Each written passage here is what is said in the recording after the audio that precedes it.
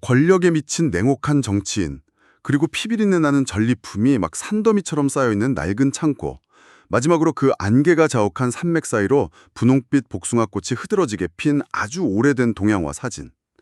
여러분, 지식을 빠르고 깊이 있게 흡수하고자 하는 여러분을 환영합니다. 오늘 우리가 다룰 자료들의 개요를 방금 말씀드렸는데요. 이 세 가지 조각을 나란히 놓아보면 어떤 생각이 드시나요? 사실 처음 보면 전혀 어울리지 않죠. 완전히 다른 세계의 파편들처럼 보일 겁니다. 맞아요. 서로 아무런 교차점이 없어 보이거든요. 하지만 오늘 심층 탐구에서는 이 전혀 어울릴 것 같지 않은 세 가지 조각이 어떻게 연결되는지 파헤쳐보려고 합니다. 야망 넘치는 정치인과 낡은 창고, 그리고 몽환적인 예술작품이 권력과 인간의 꿈에 대해 어떤 놀라운 통찰을 주는지 말이죠. 네, 그 역사라는 게 늘 그렇잖아요. 겉보기에는 아주 깔끔한 연대기 같은데 속을 들여다보면 예상치 못한 인간의 모순이나 욕망, 또 잃어버린 꿈들이 되게 복잡하게 뒤엉켜 있거든요. 그렇죠. 자, 이제 이 내용을 하나씩 풀어보죠. 오늘 모신 전문가님과 함께 이 500년의 시간을 가로지르는 뼈가 아픈 역사의 장면으로 들어가 보겠습니다. 여러분도 귀를 쫑긋 세워주시고요. 전문가님, 첫 번째 단서인 인물 이야기부터 시작해 볼까요? 좋습니다. 오늘 이야기의 중심에 있는 인물은 와타나베 치아키라는 일본 메이지 시대의 강력한 관료입니다. 이 사람의 위키백과 문서를 보면 이력 자체가 정말 한편의 치열한 생존 드라마입니다. 제가 배경을 좀 봤는데 1843년에 시나노국, 그러니까 지금의 나가노현에서 태어났더라고요. 수와 타카시마본의 아주 한미한 하급 무사 집안 출신이던데요. 네, 그 시작점이 아주 중요합니다.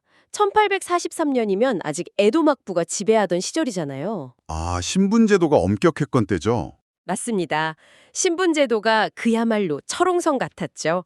하급 무사로 태어났다는 건 아무리 능력이 뛰어나도 평생 그 계급의 굴레를 벗어날 수 없다는 뜻이었습니다. 그런데 이 사람 인생을 완전히 뒤집어 놓은 거대한 사건이 터지잖아요. 메이지 유신요? 그렇습니다. 메이지 유신으로 막부가 무너지고 근대 정부가 들어서면서 상황이 급변하죠. 새로운 정부는 당장 나라를 서양식으로 개조해야 했으니까요. 출신 성분보다는 당장 써먹을 수 있는 그 실무 능력이나 정치적 야성을 가진 관료들이 막 미친 듯이 필요했던 거군요. 정확합니다. 와타나베는 바로 그 혼란의 사다리를 타고 무서운 속도로 기어 올라간 인물입니다. 밑바닥에서 꼭대기까지 그야말로 폭발적으로 신분 상승을 이룬 거죠. 기록을 보니까 인력이 정말 화려해요. 제3대 가고시마 현령으로 서남전쟁 직후에 민심을 안정시켰고 홋카이도청 장관의 교토부지사까지 거치더라고요. 그리고 결국 1910년에는 제5대 국내대신 자리에 오릅니다. 백작 자기까지 받고요. 와, 국내 대신요. 말하자면 아무것도 없는 집안에서 태어나서 국가 최고 권력의 핵심까지 올라간 자수성가형 엘리트이자 엄청난 전략가였네요. 네, 국내대신이라는 자리는 단순히 황실을 모시는 명예직이 아닙니다. 황실의 막대한 재산과 일정을 관리하는 그야말로 권력의 심장부 중에 심장부였거든요. 진짜 대단하긴 한데 어떻게 그런 자리까지 갈 수 있었을까요? 철저한 현실주의자였나 봐요. 바로 그겁니다. 현실 정치의 진흙탕 싸움에서 살아남은 가장 유능하지만 아주 세속적인 엘리트였죠. 그런데 이 인물의 이면에는 아주 어두운 사실이 있습니다. 아, 그 정치적 스캔들 말씀이시죠? 네, 1914년에 와타나베는 무코이 20 조영을 위해서 스마 별저를 매입하는 과정에서 엄청난 뇌물을 수수한 혐의를 받습니다. 결국 그 일로 국내 대신에서 사임해야 했죠. 있잖아요. 맞습니다. 사임 직전인 4월 9일에 쇼켄 황태우가 승하하셨거든요. 황태우면 황실의 가장 큰 어른인데 정부가 그 승하 발표를 4월 11일로 이틀이나 미루는 조치를 취했다면서요? 네, 당시 정부는 와타나베의 수뢰 스캔들 수사가 정부 전체로 미칠 것을 우려했습니다. 그래서 그를 급히 경질하려고 황태우의 죽음마저 공식 발표를 늦춘 거죠. 세상에. 와타나베가 얼마나 권력의 중심에 있었으면 국모의 죽음까지 숨기면서 꼬리 자르기를 했겠어요? 진짜 세속적 욕망과 정치적 타협에 찌든 인물이라는 게 확 와닿습니다. 하지만 여기서 놀라운 모순이 하나 있습니다. 이렇게 세속적인 와타나베가 사실은 고서적과 고문서, 옛 그림을 아주 열정적으로 수집하는 수집가였다는 겁니다. 권력에 미친 정치인과 고미술 수집가라니 여기서 이야기가 정말 흥미로워지는데요. 부패 스캔들로 몰락하기 훨씬 전인 1882년 가을로 한번 가보죠. 가고시마의 낡은 창고에서 일어난 아주 극적인 발견을 묘사한 역사적 기록이 있잖아요. 네, 1882년 그가 가고시마 현령으로 있던 전성기 시절입니다. 와타나베가 옛 사스마 가문의 창고를 조사하게 되는데요. 그때 동행했던 사람이 사츠마의 중심 인물이었던 시마즈 사부로 맞죠? 맞습니다. 두 사람이 함께 그 어두운 창고에 들어갔는데 막 먼지가 햇빛에 부유하는 가운데 엄청난 것들이 쌓여 있었죠. 중국 도자기, 류큐 왕국 교역 문서, 그리고 임진왜란 때 빼앗아온 갑옷과 깃발 같은 수백 년 된 전리품들이었습니다. 기록을 보면 와타나베가 그 전리품들 사이에서 이렇게 말하잖아요. 새로운 일본을 만들기 위해서라도 과거를 정확히 알아야 한다고. 여기서 흥미로운 점은 그 당시 시대적 맥락입니다. 당시는 메이지 정부가 서양식 국가를 만들겠다며 철도, 군함, 공장을 짓는 일에 매진하던 때였거든요. 아, 그 현실적인 힘과 근대화에 완전히 미쳐있던 시기죠. 네. 그런 가장 현실적이고 정치적인 관료가 무력으로 빼앗아온 전리품들 사이에서 완전히 다른 차원의 어떤 발견을 하게 되는 겁니다. 이 대비가 아주 극적이죠. 드디어 그 창고 가장 깊은 곳에서 발견의 순간이 오네요. 희미하게 목류도 원도라고 적힌 검은 칠 상자. 그 상자를 열자마자 비단향과 오래된 먹냄새가 확 퍼졌다고 기록되어 있죠. 네.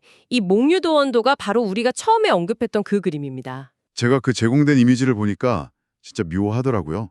낡고 빛바랜 누런 비단 위에 막 험준하고 거대한 산맥이 이어지는데 그 굽이치는 물길 사이로 분홍빛 복숭아꽃이 흐드러지게 피어 있는 거예요. 아주 고요하고 신비로운 풍경이죠. 작은 집들과 폭포도 어우러져 있고요. 맞아. 마치 잃어버린 꿈의 파편을 딱 박제해 놓은 것 같은 그런 완벽한 묘사였습니다. 여러분은 이런 압도적인 풍경 앞에서 과연 어떤 감정을 느끼시나요? 이 그림의 의미가 대체 뭘까요? 이 그림은 단순한 풍경화가 아닙니다. 조선 초기의 천재화가 안견이 안평대군의 꿈속 이상향을 그린 아주 전설적인 작품이거든요. 그렇다면 이 모든 것이 의미하는 바는 무엇일까요? 이것을 더 큰 그림과 연결해보면 아주 극적인 아이러니가 나타납니다.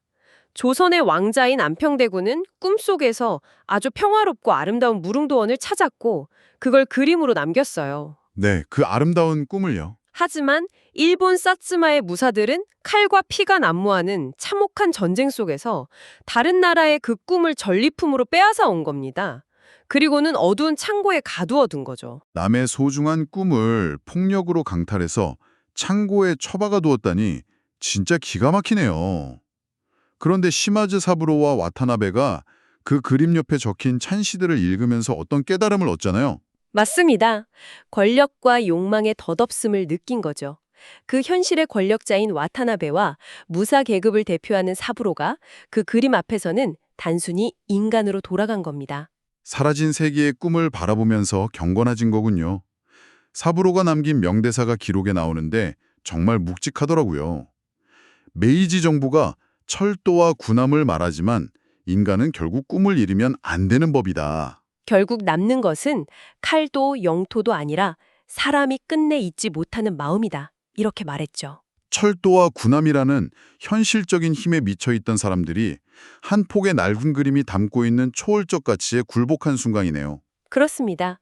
그 순간만큼은 권력자도 무사도 아닌 아름다움을 경외하는 한 명의 인간이었던 겁니다. 이 이야기를 듣다 보니까 지금 우리의 삶으로 시선을 돌리게 됩니다. 여러분, 우리도 메이지 시대의 일본처럼 끊임없이 목표나 커리어, 기술 발전이라는 우리만의 철도와 군함을 만들며 매일 바쁘게 살아가고 있잖아요. 네, 현대사회의 압박 속에서 다들 치열하게 싸우고 있죠. 그런데 이 정보의 홍수와 바쁜 일상 속에서 우리의 마음과 꿈은 어쩌면 그 창고 한 구석에 버려져 먼지가 쌓이고 있는 건 아닐까요? 이는 우리에게 중요한 질문을 던집니다. 와타나베 치아키의 일생을 보세요.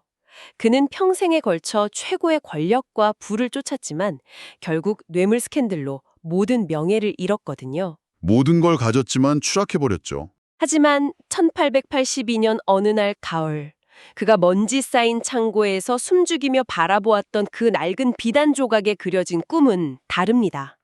그가 세운 그 어떤 정치적 업적보다도 오래 살아남아서 지금 우리의 마음을 흔들고 있잖아요. 권력은 사라지고 꿈은 남았네요. 자, 여러분께 묻고 싶습니다. 수백 년 뒤, 먼 미래에 누군가 여러분 삶의 창고를 열어본다면 무엇을 발견하게 될까요? 여러분이 세상을 이기기 위해 평생 휘두르려 했던 치열한 생존의 무기들일까요? 아니면 거친 현실 속에서도 결코 포기할 수 없었던 여러분만의 작고 소중한 몽유도 원도일까요? 오늘 이 시간 여러분 각자의 참것 속을 한번 고요히 들여다보시는 계기가 되기를 바랍니다.